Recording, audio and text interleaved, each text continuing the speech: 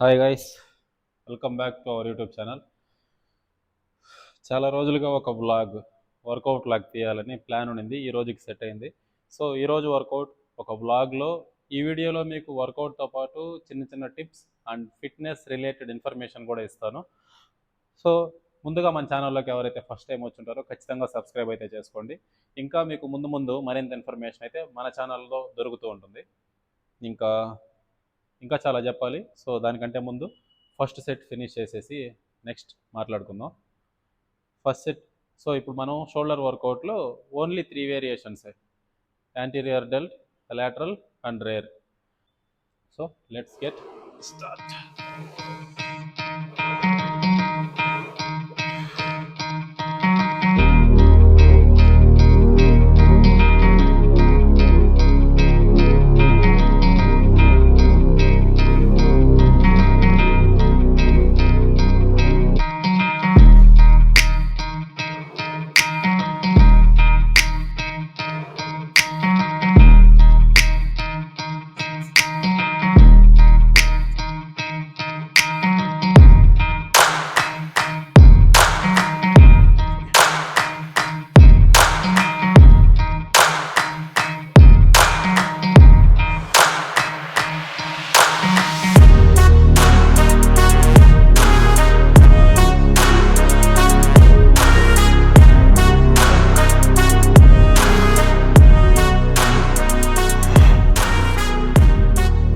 25 వచ్చాయి 12.5తో. ఇంకా 3 సెట్స్ ఉన్నాయి. ఇంకా మెయిన్గా ఏంటంటే ప్రజెంట్ ఇన్స్టాలో అయితే చాలామంది అవైలబుల్గా ఉన్నారు కోచెస్. చాలామంది అడిగింది ఏంటంటే ట్రైనర్ అవ్వాలంటే ఏం చేయాలి. ట్రైనర్ అవ్వాలంటే ఫస్ట్ మీకు మీ గురించి, మీ బాడీ గురించి కంప్లీట్గా తెలియాలి. ఆ తర్వాత పక్కన వాళ్ళకి ట్రైనింగ్ ఇచ్చే అంత నాలెడ్జ్ అయితే మీకు ఈజీగా వస్తుంది. సో అసలు యాక్చువల్గా ట్రైనర్ అవ్వడానికి ఉండే మార్గాలు ఏంది? చాలానే ఉన్నాయి. కోర్సెస్ పరంగా అయితే 2 ఇయర్స్ కోర్సెస్ ఉన్నాయి, 6 మంత్స్ కోర్సెస్ ఉన్నాయి, 3 మంత్స్ కోర్సెస్ ఉన్నాయి, ఇప్పటికి మరీ అయితే 1 మంత్ కోర్సెస్ కూడా ఉన్నాయి. ఇవి అఫీషియల్గా పక్కన పెట్టేస్తే ఇంకొక విధంగా కూడా ట్రైనర్ అవ్వచ్చు. ఎట్లా అంటే ఒక పెద్ద నంబర్ ఆఫ్ వెయిట్ నీ బాడీ కనుక కలిగి ఉంటే, అంటే 115, 120, 130, అక్కడి నుంచి నువ్వు ఒక మంచి కోచ్ దగ్గర కానీ లేదా ఓన్గా కానీ స్ట్రెంగ్త్ అండ్ కండిషనింగ్ ట్రైనింగ్, తర్వాత క్యాలరీస్ గురించి అవేర్నెస్ తెలుసుకుంటూ నీ ట్రాన్స్ఫర్మేషన్ని నువ్వు కంప్లీట్గా చేంజ్ చేసుకున్నావు అంటే అప్పుడు కూడా నువ్వు 10 మందికి ట్రైనర్ అయ్యే ఛాన్స్ అయితే రావచ్చు. కానీ ప్రజెంట్ చాలామంది నేను గమనించేది ఏంటంటే ఒక 3 మంత్స్ జిమ్కి వెళ్ళామా, లేదా ఒక 6 మంత్స్ జిమ్ చేసామా, లేదా ఒక 1 ఇయర్ జిమ్ చేసామా, కొంచెం బాడీ మారిందంటే చాలు నేను ట్రైనర్ అయిపోవచ్చు అనే అంత చిన్న చిన్న లాజిక్ లేని ఆన్సర్లు అన్నమాట అవన్నీ. అట్లా కాకుండా నిజంగా ట్రైనర్ అవ్వాలంటే చదవాల్సినవి చాలా ఉంటాయి. ఈ అనాటమీ కానీ, ఫిజియాలజీ, కిన్సియాలజీ, బయోమెకానిక్స్, తర్వాత స్పోర్ట్స్ రిలేటెడ్ ఇంజురీస్ ఏమవుతాయి, వాటిని ఎలా ప్రివెంట్ చేయాలి, అసలు అవ్వకుండా ఉండాలంటే ఏం చేయాలి, ఒకవేళ అయిన తర్వాత రికవరీ ఏం చేయాలి, ఇటువంటి టిప్స్ తెలుసుకోవాలి. ప్లస్ బాడీ టు బాడీ అనేది వేరీ అవుతూ ఉంటుంది. రేంజ్ ఆఫ్ మోషన్ అనేది ఒకటి ఉంటుంది, availability of range of motion అనేది కూడా ఒకటి ఉంటుంది. రేంజ్ ఆఫ్ మోషన్ అనేది బుక్లో ఉంటుంది, availability of range of motion అనేది మనిషిని బట్టి నువ్వు డిజైన్ చేయాలి. సో అది ఎప్పుడైతే కరెక్ట్గా తెలుసుకుంటావో అప్పుడు నీ దగ్గర ఉన్న క్లయింట్స్ సేఫ్.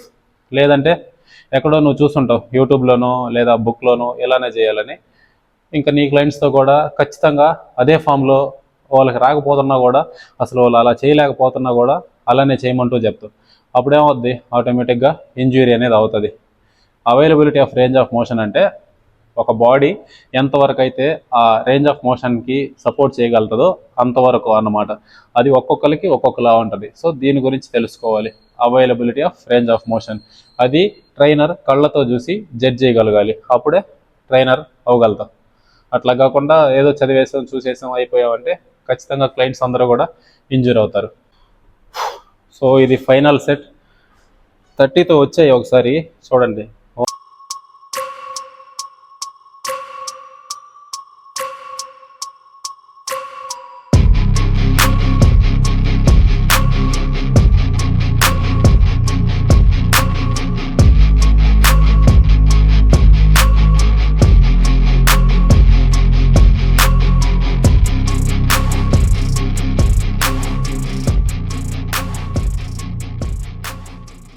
ఓన్లీ 3 reps వచ్చాయి, ఎనర్జీ లేదు. 25తో వచ్చాయి. సో 30 అయిపోయింది. ఇది drop set, last final set.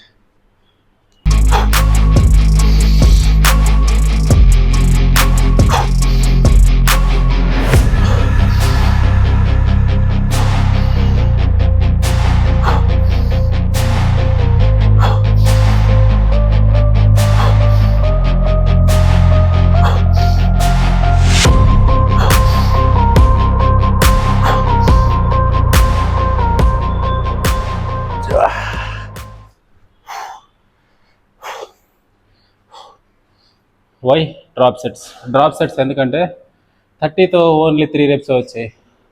Strength లేక ఆపేసా, మజిల్ హైపోట్రోపీ లెవెల్కి అయితే తీసుకెళ్ళాలి. సో డ్రాప్ సెట్ కంటిన్యూ చేసామంటే టెన్షన్ అనేది మెయింటైన్ అవుతుంది, కొద్దిగా ఎక్స్ట్రా డ్యామేజ్, తర్వాత మనం మంచి రికవరీ, దానికి తగ్గట్టు మంచిగా న్యూట్రిషన్ ప్రొవైడ్ చేసామంటే మంచి గ్రోత్ కూడా ఉంటుంది. న్యాచురల్గా ఎంతవరకు అవ్వాలో అంతే అవుతుంది. ఎన్హాన్స్డ్ లెవెల్లో ఎక్స్పెక్ట్ చేశారంటే కష్టం. నెక్స్ట్ ఇంక 2 వేరియేషన్సే ఉన్నాయి. చాలా ఈజీగా ఉంటుంది షోల్డరు, మరి అంత టఫ్ ఏం కాదు, కానీ బాగుంటుంది workout, shoulder workout. Next lateral head and rear డెల్ట్కి చేస్తే అయిపోద్ది.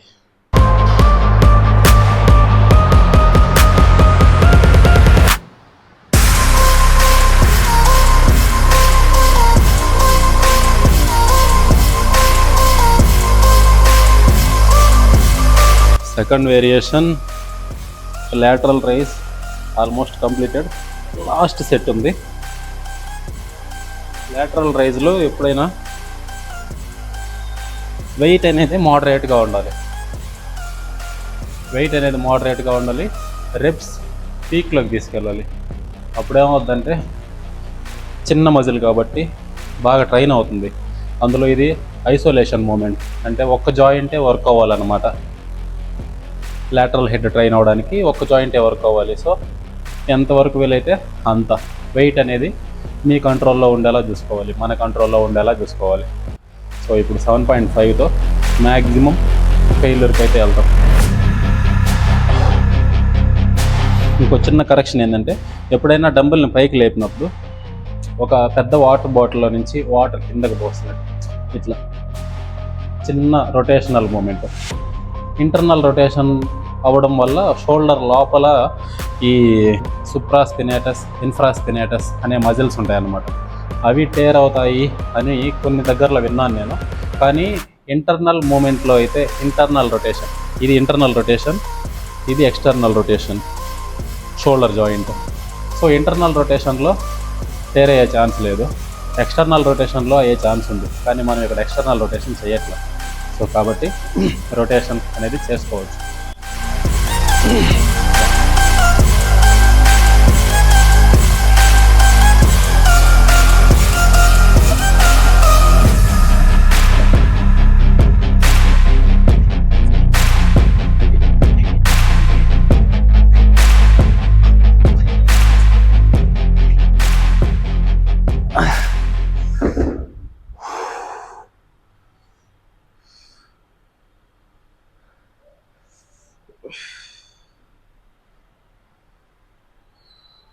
Oh, 25 reps.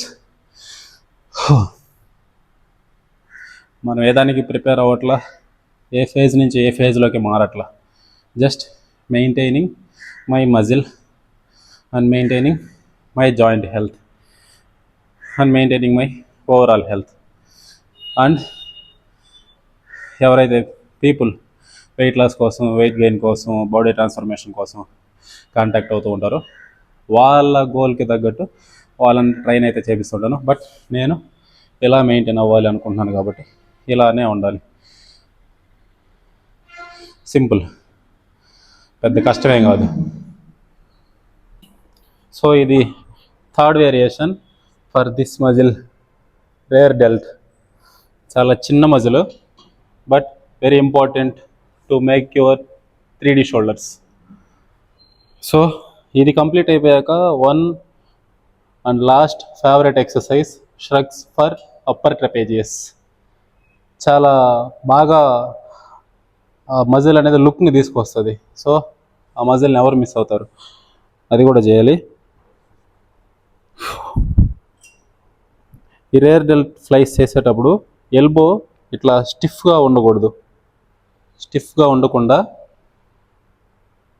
ఎల్బోలో కొద్దిగా బెండింగ్ ఉండాలి అండ్ ఎల్బో ఎలివేట్ అయి ఉంటుంది. సో అప్పుడు లైన్ ఆఫ్ ఫోర్స్ అనేది రేర్ డెల్ట్ తీసుకుంటుంది. ఇప్పుడు కంప్లీట్గా నా రేర్ డెల్ట్తోనే పుష్ చేస్తున్నా వెయిట్ని. ఇక్కడ వరకు చేయొచ్చు, ఇంకొంచెం నీకు రేంజ్ ఆఫ్ మోషన్ బాగుందంటే ఇక్కడ వరకు కూడా చేయొచ్చు. కానీ ఇక్కడ వరకు వెళ్ళడం అన్కంఫర్ట్ అనిపిస్తే ఇక్కడ వరకు మెయింటైన్ చేసినా చాలు. రిటర్న్లో మాత్రం కొంచెం ఆ స్పీడ్ని స్లోగా తీసుకెళ్ళాలి, నెగిటివ్ రెప్.